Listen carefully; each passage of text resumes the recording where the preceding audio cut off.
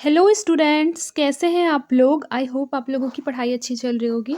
देखिए, आज हम लोग करंट अफेयर्स पढ़ेंगे जो कि घटनासार 2024 का है, जो कि आपके आने वाले एग्ज़ाम के लिए बहुत इम्पॉर्टेंट है।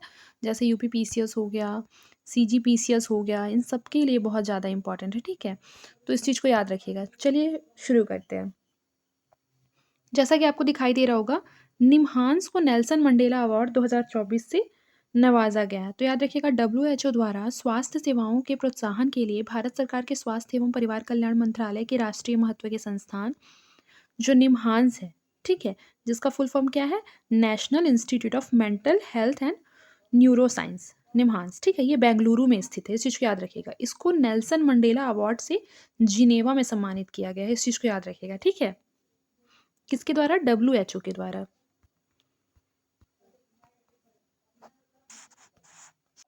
फिर देखिए, हमारा नेक्स्ट टॉपिक है कि गगनद्वीप कॉन्ग को जॉन डर्क्स अवार्ड 2024 मिला है। इस चीज़ को याद रखिएगा। भारतीय माइक्रोबायोलॉजिस्ट और वायरोलॉजिस्ट गगनदीप कॉन्ग को टोरंटो, जो कि कनाडा में स्थित है, स्थित गैर्डनर फाउंडेशन द्वारा प्रतिष्ठित John Dirks Canada Gairdner global health award प्रदान किया गया है। इस चीज़ को याद रखिएगा, गगनद्वीप कांग को। फिर देखिए, global media award India today group द्वारा विकसित एआई पावर न्यूज़ एंकर सना ने लंदन में आयोजित प्रतिष्ठित इंटरनेशनल न्यूज़ मीडिया एसोसिएशन के ग्लोबल मीडिया अवार्ड्स में 2 पुरस्कार जीते हैं। इस चीज़ को याद रखिएगा। फिर हमारा अगला टॉपिक है कि लोकेश मुनि को अमेरिका का गोल्ड वॉलंटियर सर्विस पुरस्कार मिला है। 15 अप्रैल 2024 को भारत के जैन आचार्य लोकेश मुनि को अमेरिकी राष्ट्रपति के गोल्ड वॉलंटियर सर्विस पुरस्कार से सम्मानित किया गया है।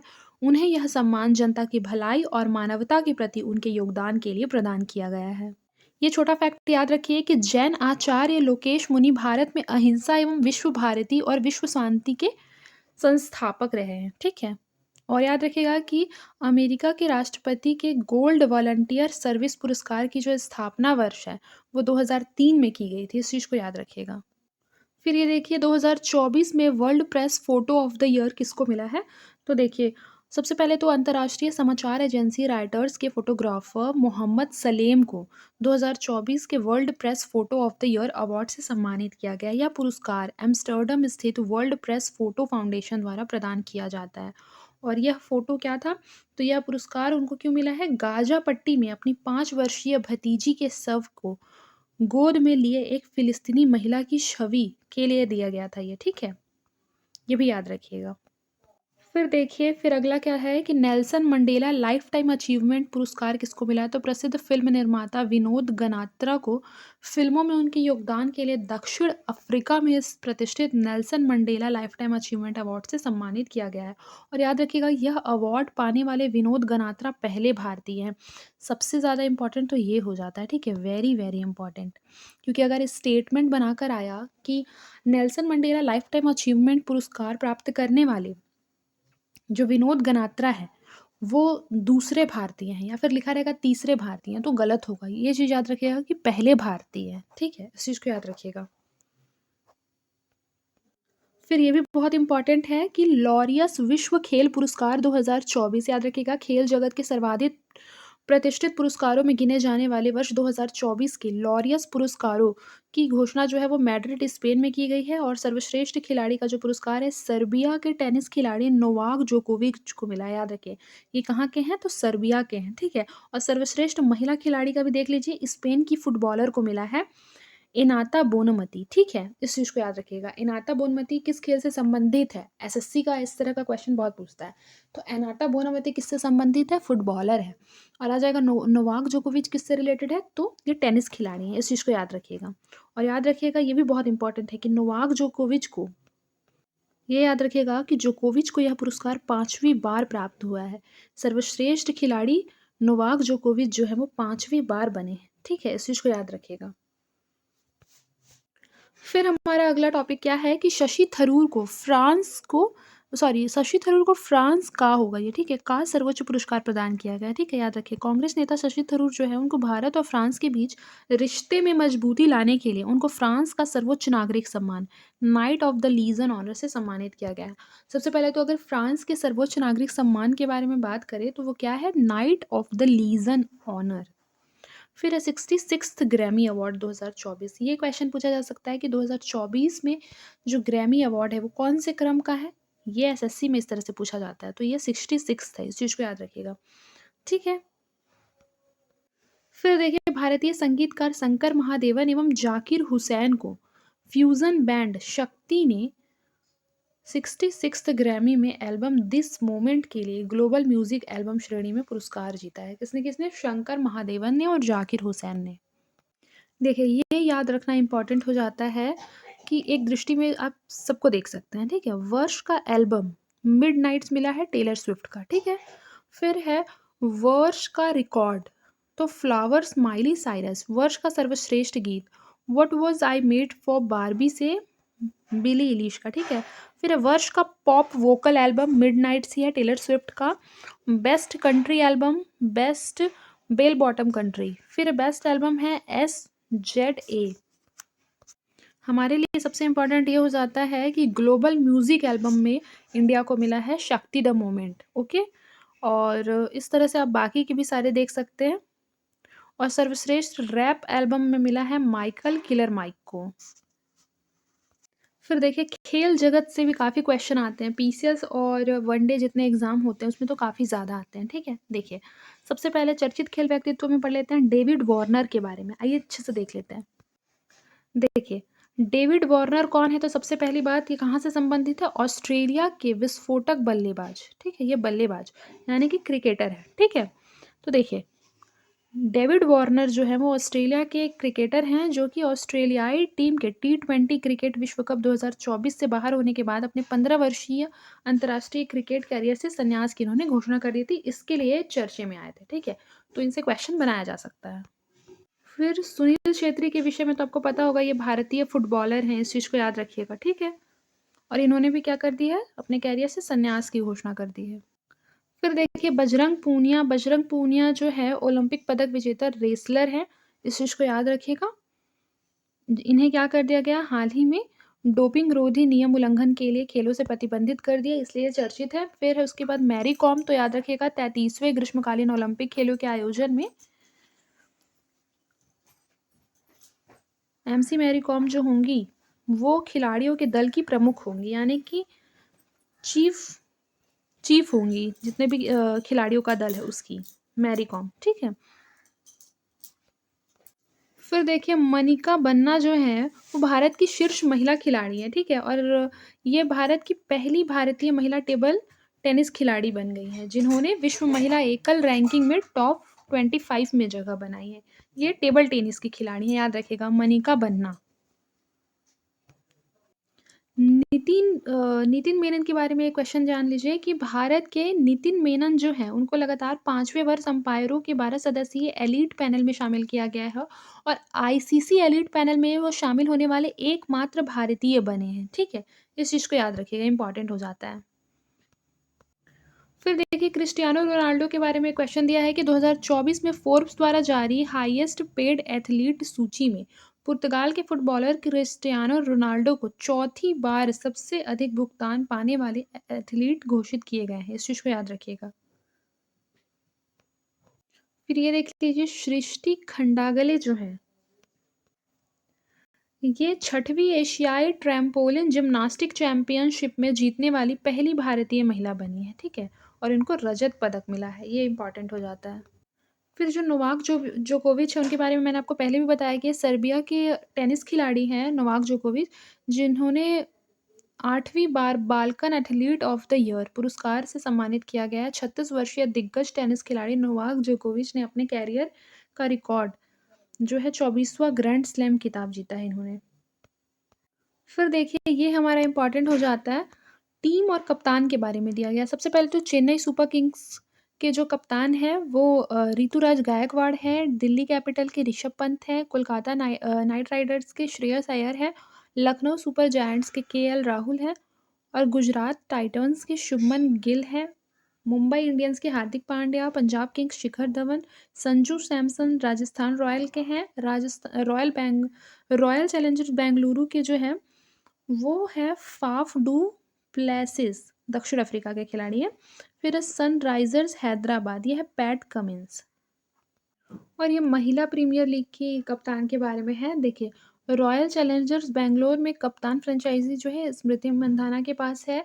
फिर है यूपी वॉरियर्स में एलिसा हीली के पास है। मुंबई इंडियंस में हरमनप्रीत कौर, गुजरात जायंट्स का बेथ मुनी, दिल्ली कैपिटल्स का मेग लैंगिंग के पास है, ठीक है। देखिए, ये इम्पोर्टेंट हो जाता है कि सुल्तान अज़नाल शाह कप जो है वो किससे रिलेटेड है? हॉकी से रिलेटेड है, इस चीज़ को याद रखिएगा। और हॉकी टूर्नामेंट का जो खिताब है वो जापान ने जीता है इस बार 2024 में, इस चीज़ को भी याद रखिएगा। फिर ये भी इम्पोर्टेंट हो जाता है बेटन कप किससे रिलेटेड है? तो याद रखिएगा बेटन कप जो है वो हॉकी से ही रिलेटेड है, ठीक है? फिर देखिए ये हमारा फुटबॉल के लिए इम्पोर्टेंट हो जाता है कि ब्राज़ील को फीफा महिला विश्व कप 2027 में मेज़बानी, ठीक है?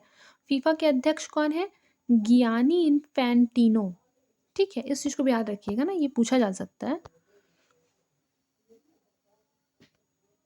और ये भी एक इम्पॉर्टेंट फैक्ट है कि ब्राज़ील इस टूर्नामेंट की मेज़बानी करने वाला पहला दक्षिण अमेरिकी देश बन गया है, यानी कि दक्षिण अमेरिका में अभी फीफा विश्व कप जो है उसकी मेज़बानी नहीं किया है, ठीक है? इस चीज़ को याद रखिएगा। फिर इस चीज़ को याद रखिए कि जो संतोष ट्रॉफ़ी है वो किससे रिलेटेड है? फुटबॉल से रिलेटेड है, इस चीज़ को याद रखिएगा, ठीक है? देखिए, ये इम्पोर्टेंट हो जाता है कि फीफा सर्वश्रेष्ठ फुटबॉलर पुरस्कार 2023, ठीक है? तो याद रखिएगा सबसे पहले पुरस्कार जो है वो पुरुष खिलाड़ी का देख लेते हैं, लियोनेल मेसी, ठीक है? इनको मिला है जो अर्जेंटीना के खिलाड़ी हैं और मेसी ने पिछले 4 वर्षों में इस पुरस्कार को 3 बार जीता है, ठीक है? और फीफा की सर्वश्रेष्ठ महिला खिलाड़ी जो है वो मैं आपको पहले बता चुकी हूँ, एताना बोनमती। सर्वश्रेष्ठ फीफा पुरुष गोलकीपर एंडरसन, ब्राज़ील के हैं। महिला गोलकीपर में मैरी यप्से हैं, सर्वश्रेष्ठ फीफा पुरुष कोच में पेप गार्डियोला हैं, सर्वश्रेष्ठ महिला कोच, ठीक है? ये सरीना विगमैन है। और फीफा पुस्कस पुरस्कार Guilherme Madruga, FIFA fair play award Brazil की राष्ट्रीय टीम। फिर भारत के 85वें शतरंज ग्रैंड मास्टर जो है वो कौन बने हैं? पी श्याम निखिल, ठीक, पी श्याम निखिल याद रखिएगा। फिर दुबई पुलिस मास्टर्स 2024, ये 2024 में पहला दुबई पुलिस ग्लोबल मास्टर्स 2024 में संपन्न हुआ है जिसमें भारतीय खिलाड़ियों ने मास्टर्स श्रेणी में शीर्ष 4 स्थान प्राप्त किए हैं, जिसमें पहला दूसरा देख लेते हैं। प्रवण वी फर्स्ट है और अरविंद चिदम्बरम ये सेकंड है, ठीक है? इस चीज़ को याद रखिएगा। फिर देखिए ये इम्पोर्टेंट हो जाता है कि खेलो इंडिया विंटर गेम्स 2024 में जिसका आयोजन कहाँ किया गया था? जम्मू कश्मीर में किया गया था, ठीक है? और इसमें पहले चरण में कौन जीता है? महाराष्ट्र, सेकंड में कर्नाटक, थर्ड में लद्दाख, तेलंगाना और फिर उत्तर प्रदेश, ठीक है? 5वें स्थान पर उत्तर प्रदेश है। फिर देखिए ये एक इम्पॉर्टेंट है, ये पूछ सकता है, पहला खेलो इंडिया पैरा गेम 2023 जो हुआ था, उसका आयोजन कहाँ किया गया था? नई दिल्ली में किया गया था, ठीक है? ये याद रखना है। फिर दूसरा क्वेश्चन ये पूछ सकता है कि पहला स्थान किसको मिला था? तो पहला स्थान जो है, वो हरियाणा को मिला था। ये चीज़ याद रखिएगा, ठीक है? और ये देखिए प्रस्तावित खेल आयोजन कहाँ-कहाँ पे रखा गया है, जैसे कि आईसीसी पुरुष टी20 विश्व कप 2026, ये भारत और श्रीलंका के बीच, ठीक है? और इस तरह से आप ये सारा देख सकते हैं, ठीक है? इम्पोर्टेंट है। देखिए, ये आप एकदम अच्छे से याद कर लेंगे, ठीक है? सारा एकदम अच्छे से टेबल बना हुआ है, बस आपको याद करना है। इसमें समझने जैसा कुछ नहीं है, सब आपको याद करना पड़ेगा।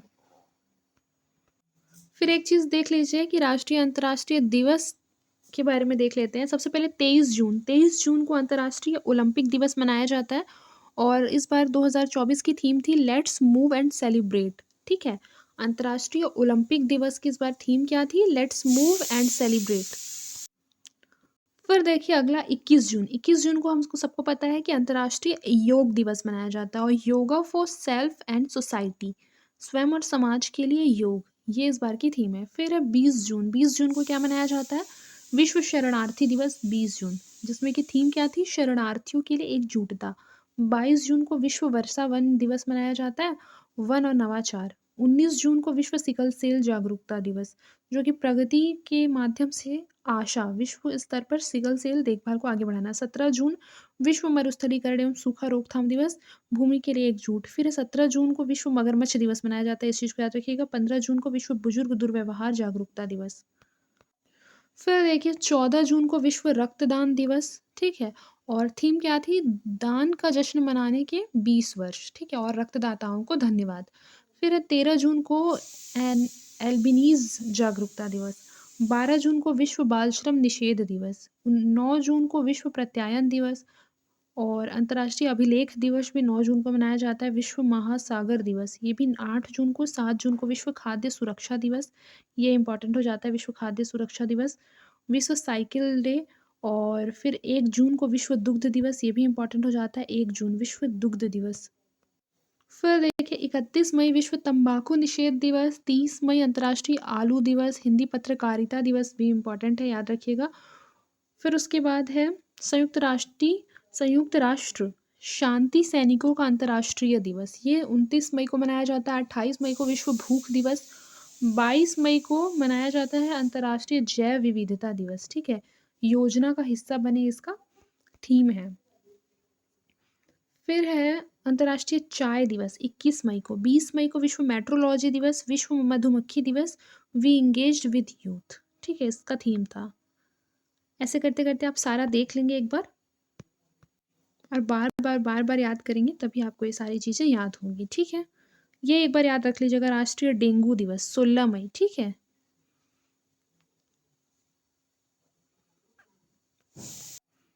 फिर ये भी आप सारा देख लेंगे, स्क्रीनशॉट ले लेंगे सारे का।